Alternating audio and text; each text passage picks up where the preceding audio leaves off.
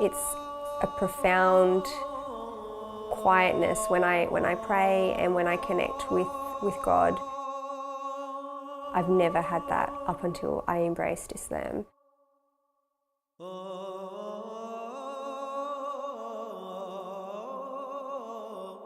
I pray 5 times a day. I fast the month of Ramadan. I'm still new to Islam. I'm working for my religion. It's my belief if I do these things, I'll go to paradise. I'll end up in heaven. I'm a proud Aboriginal Anglo-Australian Muslim woman. I'm Australian. I'm 100% true blue, white Muslim.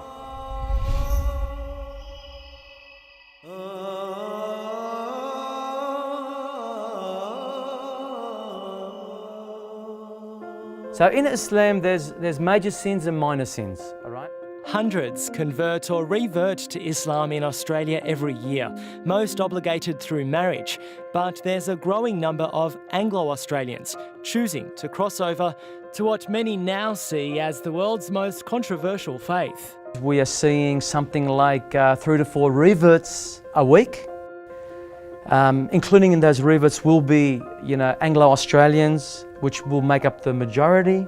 The religiously curious, the recently converted, or those seeking solace come to this weekly meetup where Saeed teaches the fundamentals of Islam.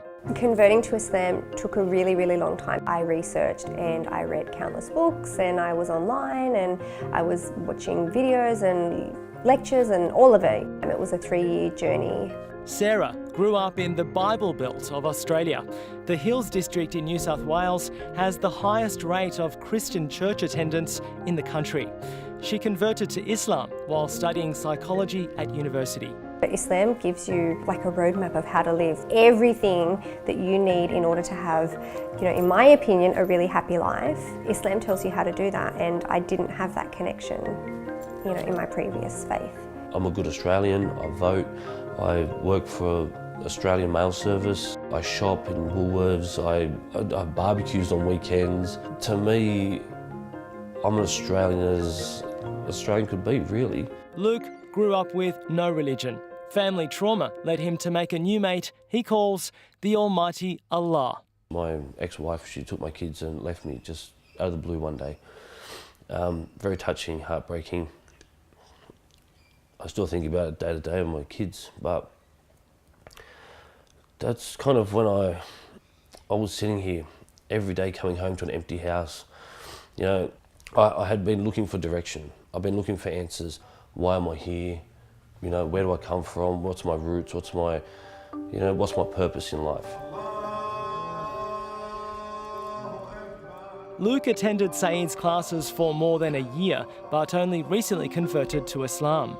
Choosing Islam would have to be, I'd say, one of the most life-changing experiences I've been through. Making me a Muslim doesn't make me any different. I still have friends, family. Like, a lot of times friends come to my house or I go to their house. We still have a laugh, have a chat. We still bond. Okay, I can't drink, that's okay. You can have a beer, I can sit and talk to you. We don't need to go down the milk bar and get a hamburger with bacon on it. We can put that aside.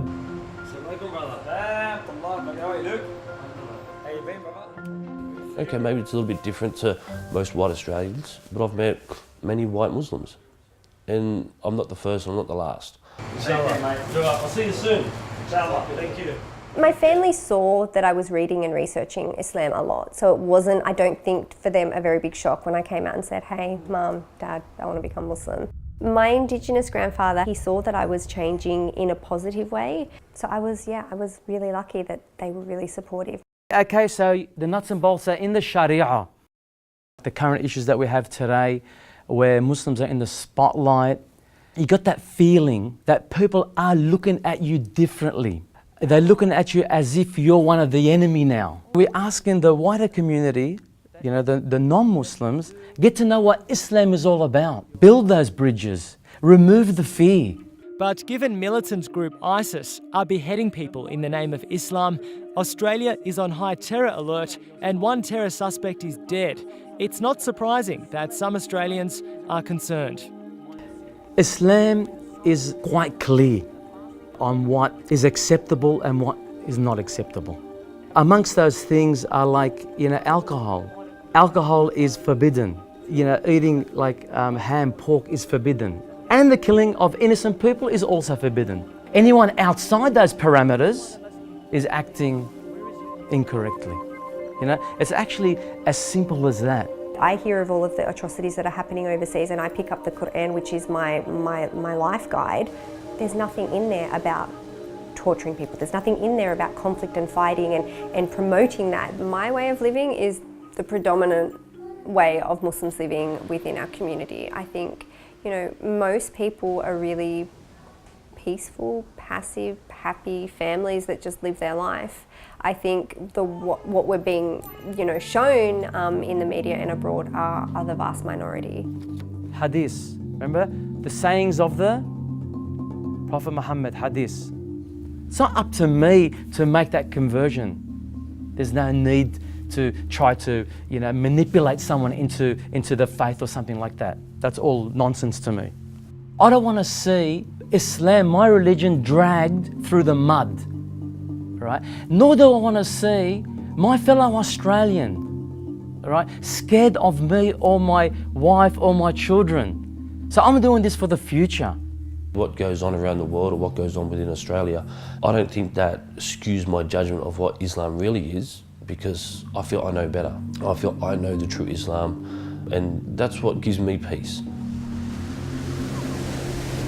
My message to Australians watching this and who are afraid of me is that we're not that different. I'm an Australian.